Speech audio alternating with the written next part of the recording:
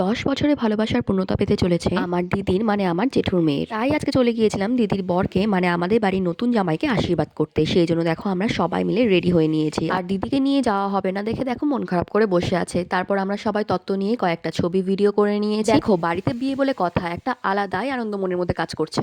আর দেখতেই পাচ্ছ আমার ভিডিওতে বৌদিরা কেমন ভাবে নিজেদের ফেস দেখানোর জন্য উঠে পড়ে লেগেছে। তো যাই হোক, বাড়িতে বিয়ে বলে কথা, সবার মধ্যে তো আনন্দ একটা আলাদা রকম কাজ করবেই, তাই না? তারপর দেখো আমরা সবাই মিলে গাড়িতে উঠে গেলাম। আর এই দেখছো বৌদিদের পাশে আমি টুক করে গিয়ে বসে পড়েছি।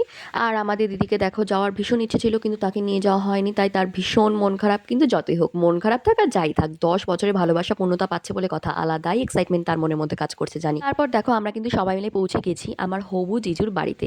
তো চলো তোমাদের সঙ্গে আমি ডেকোরেশনটা শেয়ার করি। আর এই দেখো, বলো হাই, হাই দিয়ে দাও, হাই।